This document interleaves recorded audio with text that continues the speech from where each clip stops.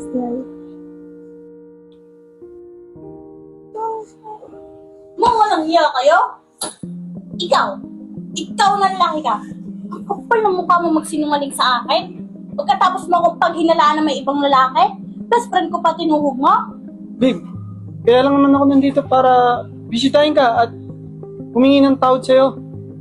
Huwag ka nang magsinungaling na lalaki ka. Lumayas ka dito sa pamamahay ko, ha?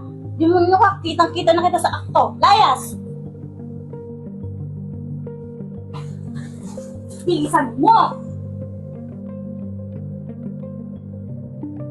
At ikaw na babae ka, pinakain kita dito sa bahay. Libre lahat ang bayarin mo. Ang gastusin mo sa araw-araw. Ako ang nagbibigay kahit wala kang trabaho. Tapos ito ang gagawin mo sa akin?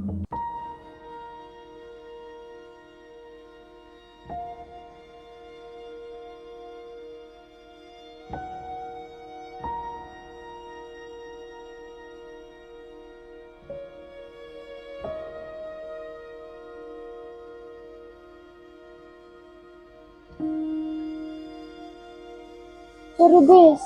Natukso lang ako. Matagal ko lang gusto si Luis. Kaya nung wala ka dito sa bahay, ginrab ko na yung opportunity para ma-comfort siya. Kapal talaga ng mukha mong babae ka. Ang lakas din ng loob mong magsabi sa akin ng ganyan, ha? O, sige. Lumayas ka.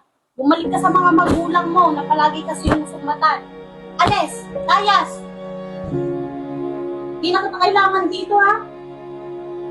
Papikat ka na, kapal ng mukha mong backstab ko na. Layas!